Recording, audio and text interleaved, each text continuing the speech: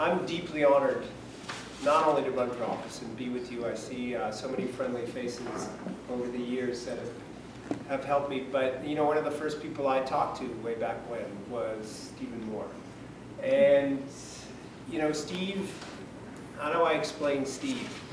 You know, Steve fights for freedom, but in some of the most important ways. Because often the most important issue, other than an immediate threat of war, is prosperity.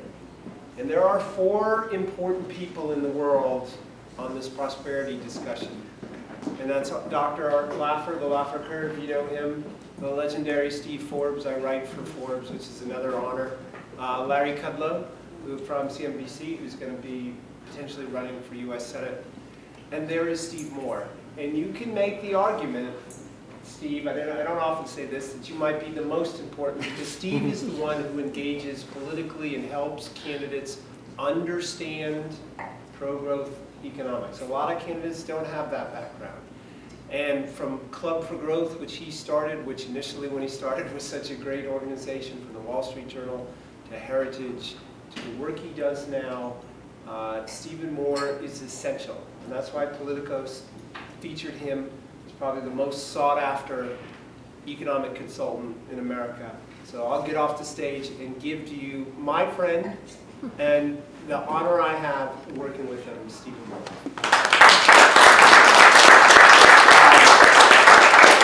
Thank you all for being here. I'm going to do whatever I can. I hope you all will do what you can to make sure that Tom is the first conservative senator from California in a long, long, long time. Thank you, Tom, for running. And that takes a lot of guts and a lot of courage in a deep blue state like this. But look, I mean, we're going to win. We're going to win big in 2016. I'm persuaded by it. Every time I see Hillary melt down a little bit more, I think our chances go up and up. So I'm really optimistic.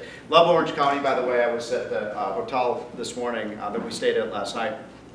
I got up this morning and I was just in my gym clothes. I was at the workout center and was kind of walking through the lobby, and this beautiful blonde woman, she saw me, she ran across the street, she threw her arms around me. It was so endearing. It was so cute. She said, I know you, don't I? And I said, I don't know, ma'am. She said, she was really cute. She said, well, I'm sure I've seen you on TV, you know, and I thought, oh, that's interesting. And I thought I'd kind of flummox her a little bit. So I said, well, I'm not sure, ma'am. I said, well, what do you watch? And she kept looking up at me with a big smile on her face. And finally the light bulb went on. She said, well, it's so Orange County. She said, wait a minute. She said, didn't I see you on Wheel of Fortune last year? Yes, ma'am, that was me. But how many of you watch Fox? Are you most of you Fox viewers?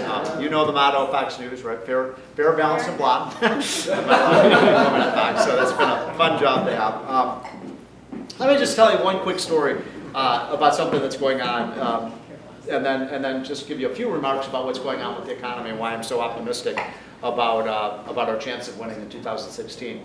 I don't know if many of you saw, I think this was about 2 weeks ago, that Barack Obama was in Michigan. It was early September, right about the beginning of the school year, and Obama was giving one of his talks about, you know, education, why we need to spend more money on the schools and so on. And he was in this little schoolhouse in Michigan, and C-SPAN and CNN covered it. I don't know if any of you saw it. I was watching it at my office, and Obama gave his talk, and then he was in the schoolroom with these like kids that looked like they were about 3rd and 4th grade, and you know, about 11 years old, 12 years old, and he did something very interesting. He turned to these kids, and he said, well, I'd like to ask the children if there are any questions, you know, are there any questions? And this little boy in the front of the room kind of shyly raises his hand, and President Obama says, you know, son, what is your name? Well, did you see this? And he said, well, my name is Oliver, and President Obama said, well, son, what is your question?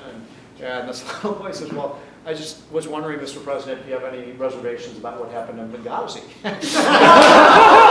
think maybe, you know, you should have acted a little more swiftly and so on. You could have saved the lives of our ambassador. And, you know, Obama's kind of looking around the room like this. And then he said, I just had a quick follow-up question, Mr. President. You know, my parents just recently lost their health insurance. And gee, I thought you said if you like the health insurance you have, you'd be able to keep it. You know, were you lying when you said you could keep your health insurance? And, you know, again, Obama is very rarely speechless. You could quite tell he wasn't quite sure how to deal with this young boy. And just about when he was about to open his mouth, the recess bell went off. And so the kids scrambled outside, and President Obama was just standing there talking to the teachers, and then 15 minutes later, sure enough, they reassembled, and President Obama turned to these kids again and said, "Where was I?" "Oh yes, I was taking some questions from the children. Are there any questions?" And this darling little girl in the back of the room kind of raised her hand, and the president said, "You know, young lady, what's your name?" "Well, my name is Grace." "Well, Grace, what is your question?" And she says, "Well, I actually have two questions, Mr. President. First, why did the recess bell go off 15 minutes early this morning?" And the second question is, what the hell happened to Oliver? That's exactly. We're in the midst of the worst recovery from a recession since the Great Depression. Now, President Obama did not cause this recession. It happened way before he was in office.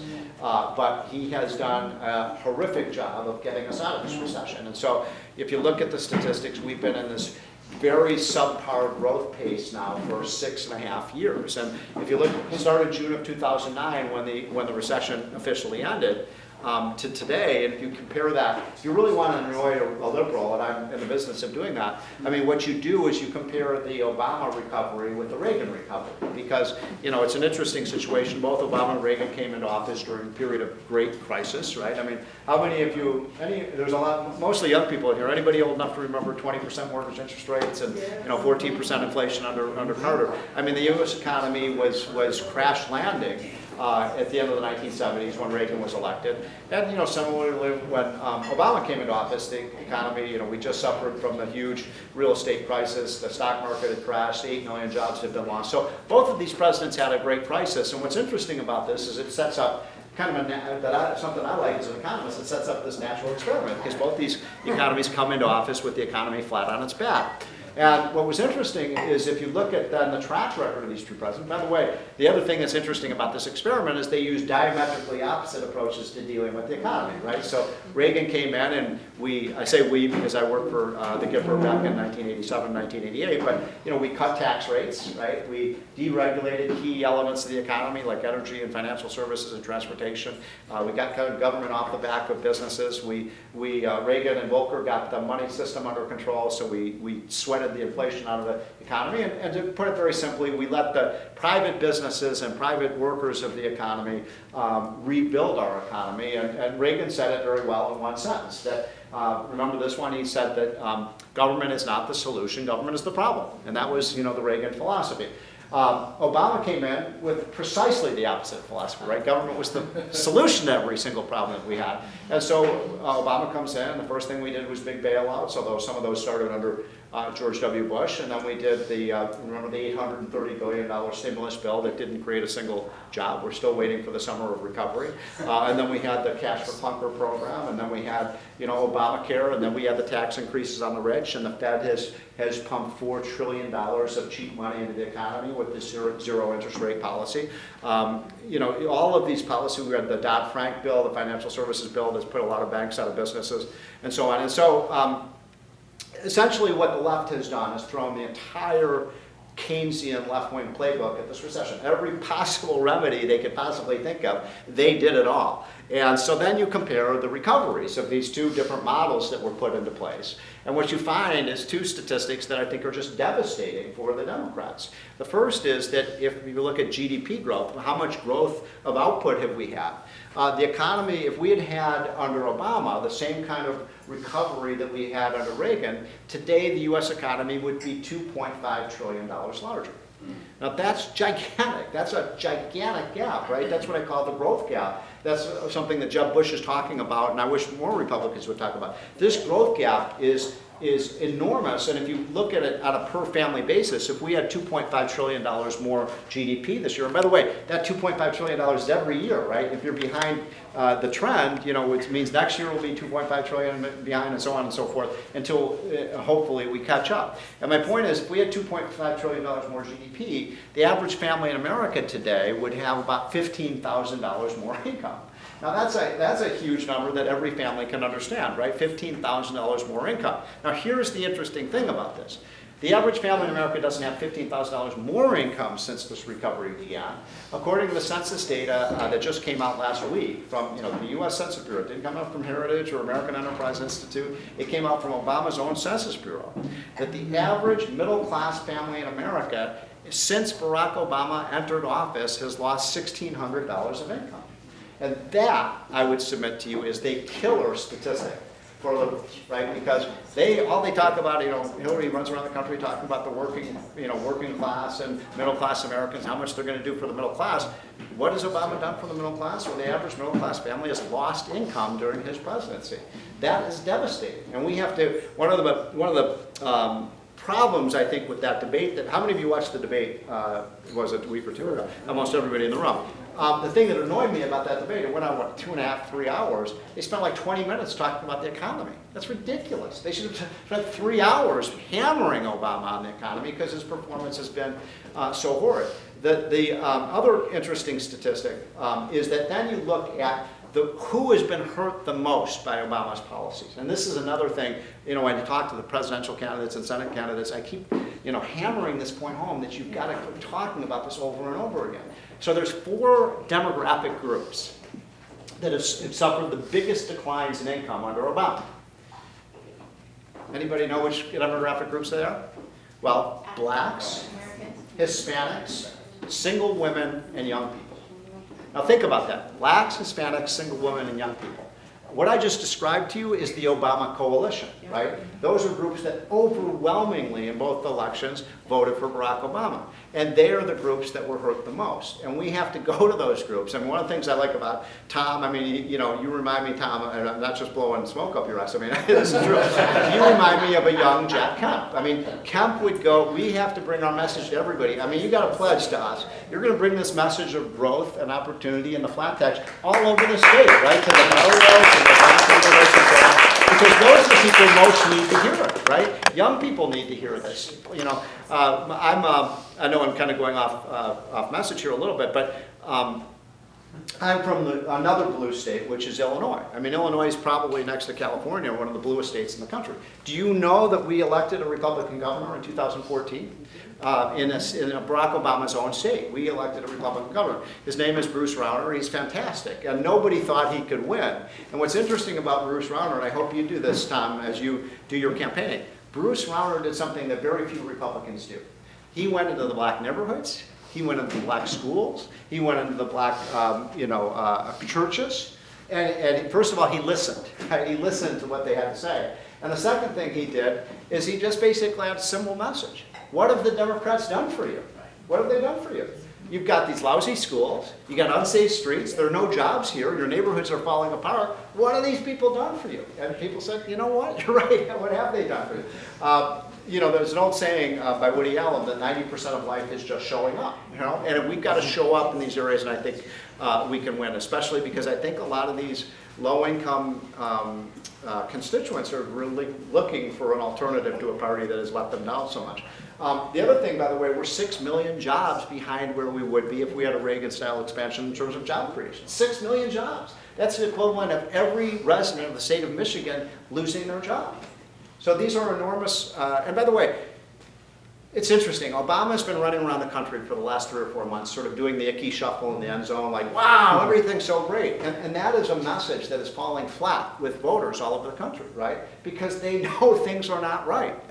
The reason you have this Trump phenomenon on the right, and on the left you've got Bernie Sanders zooming into first place, is people are pissed off in this country. They're unbelievably angry at Washington on the right and the left, and they feel like everything, they feel an anxiety and a real fear about where this economy is headed. They understand that when you rack up, how many of you realize in 6 years, Tom, Obama has amassed $7 trillion of debt. $7 trillion of debt. That's more debt in 6 years than the United States government rang up from 1776 through the year 2002. So 7 years, we borrowed more than in the first 200 years of our nation, and that includes, winning the Revolutionary War, the Civil War, World War I, World War II, getting out of the Great Depression, and winning the Cold War. We borrowed more money under Obama. What have we got for it? What have we got for it? So these are, I think those are great vulnerabilities, and we've got to hammer them. And I think, by the way, I'm more and more thinking that Hillary Clinton may not be the nominee. I think she is facing huge problems. The poll just came out yesterday. 48% of Americans do not trust Hillary Clinton, and once you lose someone's trust, it's very, very difficult to ever regain it. And I think they're gonna move to maybe Joe Biden. First of all, how does Joe Biden run? How does Joe Biden run for president? He can't distance himself from the Obama record. One thing every poll shows is the one thing Americans do not want, none of us want, is a third Obama term. And that's going to be difficult for Joe Biden. But I would just, I don't want to scare you too much, but there are two words that really scare me, and those are a certain senator from Massachusetts who I think is going to, what's her name again? Yeah, and I think she's, I think she's going to get in this race. I think she's going to be a real demagogue.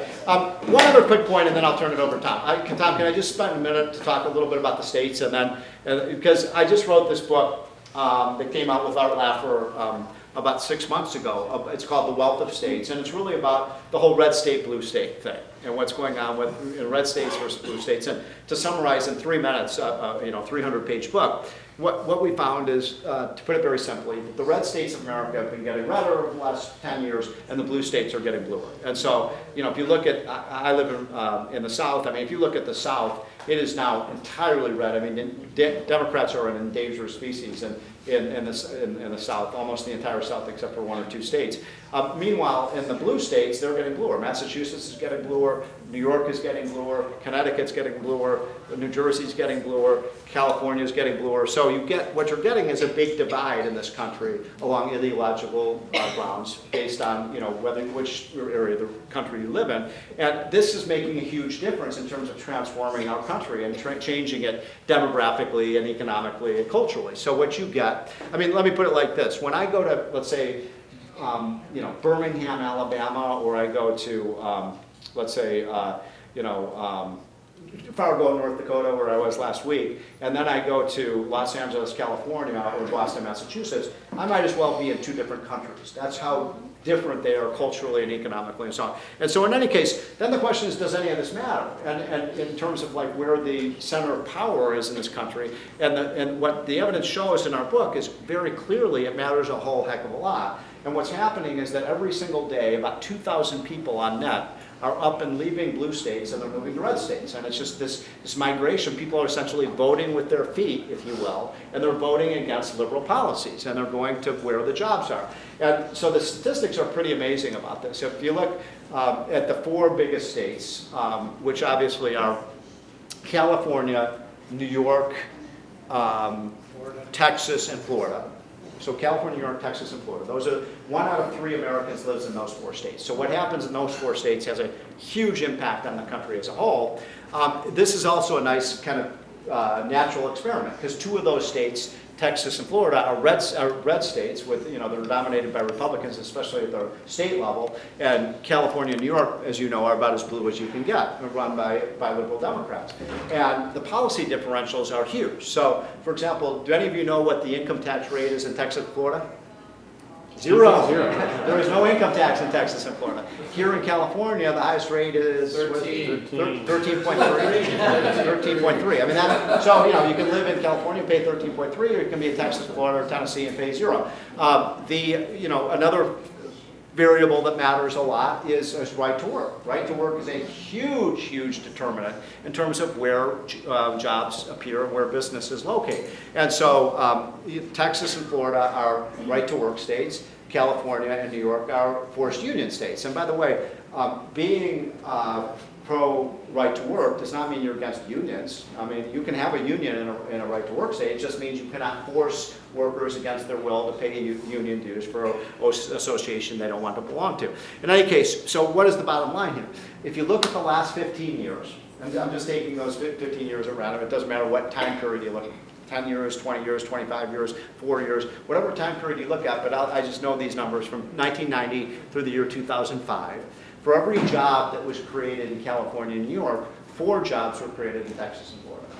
So that gives you a sense of what's happening. Now, when you ask liberals, why is that happening? Wait a minute, how can that possibly be? I mean, you said you were going to create a workers' paradise, right? You know, with all these policies like high minimum wages and, you know, forced union policies and high tax on the rich. This was supposed to be a wonderful, you know, situation, and yet all these people are moving from the blue states to the red states. And I always tell the story, but back in the summer, I was debating this economist named Paul Krugman. Any of you know Paul Krugman? He's kind of a left wing. He's very influential. He writes for the New York Times. He's won a Nobel Prize. He works at MIT. He's probably the most influential thinker on the left. And so he and I did this big debate about how to grow the economy out in Las Vegas. There were about 3,000 people there. And, you know, I showed him this chart and I said, you know, Paul, you got to explain this to me. Because, you know, all these states like California, New York, they've done exactly everything you've told them to do. They've done. And yet, you know, the jobs are all being created in these other states, and everybody's leaving the states that you advised, and they're going to the states that I advised. And, you know, how do you explain that? And, you know, he gets up, and he's very full of himself, and he says, you know, well, this has nothing to do with policy. He says the reason people are moving from, you know, from the north to the south is because of the weather. Because of the weather. I mean, it's typical Paul Krugman. And so I said, well, gee, that's interesting. You know, I did my little rebuttal. I said, that's, you know, look, I don't have a Nobel Prize. I don't teach at MIT and so on, and I don't write for the New York Times, although I do write for the Wall Street Journal. But I said, there's something I still don't understand about this. I said, you know, Paul Krugman, if people are leaving these states, you know, because of for better weather and more sunshine, then please explain to me why people are, you know, leaving San Diego and going to Houston, right? Because nobody moves from San Diego to Houston for the weather.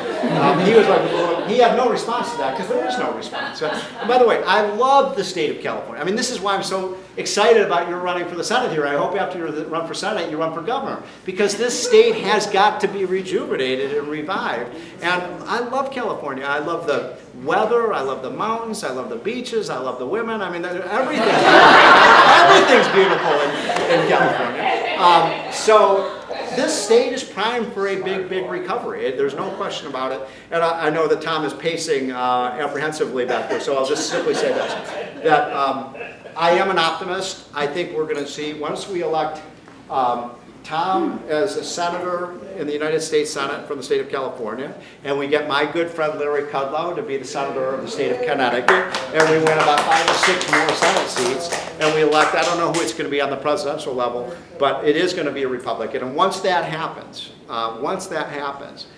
I am convinced of this. I feel very strongly about this. We are going to see the biggest boom in this country you ever saw. So thank you for spending time with me. Ronald Reagan, long ago, won the prosperity argument. He convinced Americans that the right idea was to restore incentives to cut taxes and that the economy would grow. And even better, he kept his word, right? He was one politician who said, this is what I'm going to do, and then he wound up doing it. And it changed the country. People began to believe that they could invest, work, start their own businesses, and be successful. And the country was enormously successful. And he is so successful that Reagan was the only president in history from which you could say the other party was the Reagan party, Reagan Democrats. There are no Barack Obama Republicans left at this stage. And that is what prosperity can bring to you. On the other hand, since Reagan, we, the collective we of Republicans, have started to lose the prosperity argument. Kids today are taught in our schools that what? That government's good and capitalists are bad. I mean, I have a 23-year-old daughter. I assure you she would come home from school and tell me things, and it's amazing I still have my hair, quite frankly. You know how important that is to me. We need to win this argument again. We've had, essentially since Reagan, nonstop growth in regulation at the state level and the federal level, nonstop debt growth, tax burden has risen. You know, tax rates may be lower today, but the fact of the matter, federal tax rate, but the fact of the matter is that the state taxes and use taxes and sales tax, I mean, think how fast, once the mobile phone was created, that the cell phone tax arose. And the reason why we have 2% or less growth today is because government is everywhere. I joke with Steve that if government spending was the key to prosperity, then surely we're the most prosperous of all time, because we're spending more. They have record revenues of $3.2 trillion at the federal level, yet we're having a hard time getting people into the workforce with such a terrible labor force participation rate. The key for us, if we're going to restore the country to prosperity, is to change the policies that are keeping us down. And it's pretty simple stuff. We've had 4 major tax reductions in our history, in the 20s, the 60s, the 80s, and just over a decade ago. Every single time, they were enacted because the economy was soft or weak or declining. Every single time, those restored incentives encouraged people to save, work, and invest. Every single time the economy recovered. And even every single time, despite all the predictions of the naysayers, federal revenues went up. Why is that? Because the key is to expand the economy. When the economy is fixed like we are today, you have populist politicians and the likes of Hillary saying they want to redistribute everything. Because that's what happens when you have a fixed pot. And then they blame one part of society for hurting the other side. That's a bad thing, and that's not what our country was founded on, and that's not why it was successful. It was successful based on opportunity. So how do we change these things? What do we do? People ask me why I run for this office, because we're going to win the prosperity argument. And we start by replacing the current 77,000-page tax code, which is a monument to lobbyists and special interests and government giveaways, and we replace it with a very short, simple, flat tax.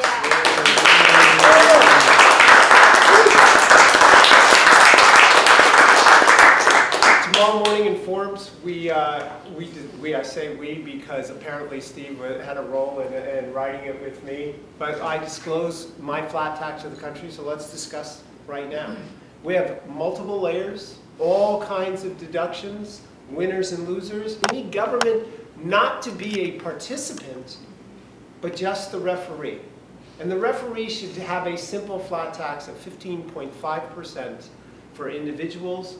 Family of 4 would not pay any income tax above or below $48,000 in income. And that's it. No deductions. Simple. You can do your own taxes if you can work a calculator. And we need to go one step farther than that. You know that the United States, has the highest corporate tax rate in the industrialized world. And yes, some corporations as big as GE don't pay any tax at all. Why? The income tax code. Let's get rid of all that. Let's just have a simple flat tax for them as well. The same elegant 15.5% rate on net business income. In other words, if you have a small business, and I do, and as a small business attorney, I work with numerous clients, it's simple. You're in business for 1 year, you have expenses for that year, whether it's buying paper or paying wages, and you deduct all of them in that 1 year, immediate expensing. No long depreciations or the like that someone has to keep track of. You just expense it, and you pay on your net business income 15.5%. Easy. You can do your tax return on a postcard instead of worrying between January and April what your accountant has in store for you, because the federal government has changed the rules through the entire process. If we do this, we'll have an economic boom.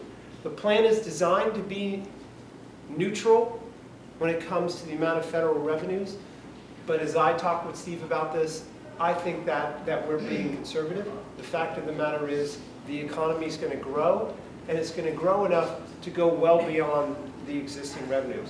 But most importantly, it will expand the economy. It will tell the world that we can grow without government. So, step one in my candidacy is this flat tax, but I'm not just doing it because I think it will increase the economy, it will. Or not just that it will be more fair. The reality is, for us as conservatives, there's a different argument, and there are two of them. I told you before, the Democrats have turned into this party of redistribution, right?